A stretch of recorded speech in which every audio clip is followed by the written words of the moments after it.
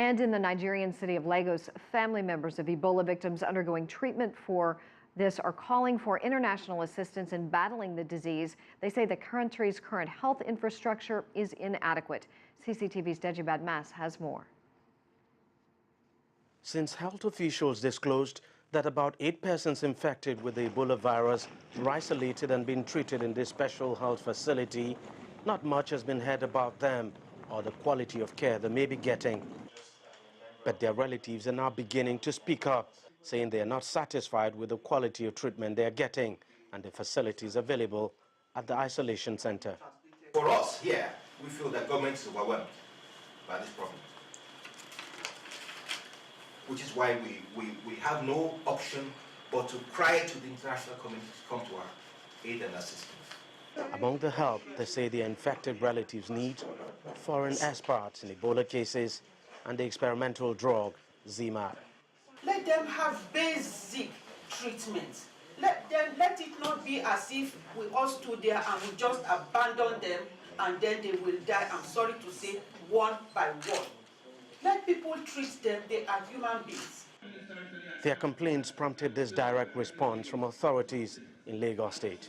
We have followed guidance from the CDC and other partners and established the following: a 40-bed complex with male and female ward for confirmed cases, an 8-bed isolation ward upgraded to hold suspected cases, backed up by 2 emergency tents to hold additional 24 suspected cases.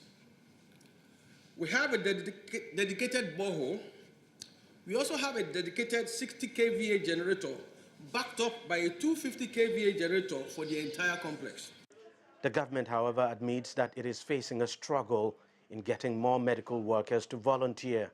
We are gaining capacity every day. It's not something we expected, it's not something we planned for, and therefore getting people who are sufficiently knowledgeable and skilled, but who are health workers, to go in there has been quite a challenge.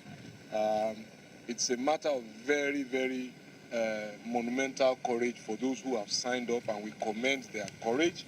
But there is a personnel capacity issue.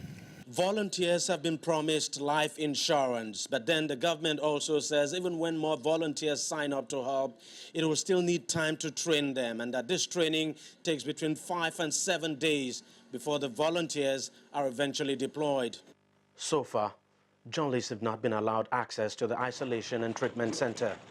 Health officials, however, maintain that some of the patients are beginning to show signs of improvement.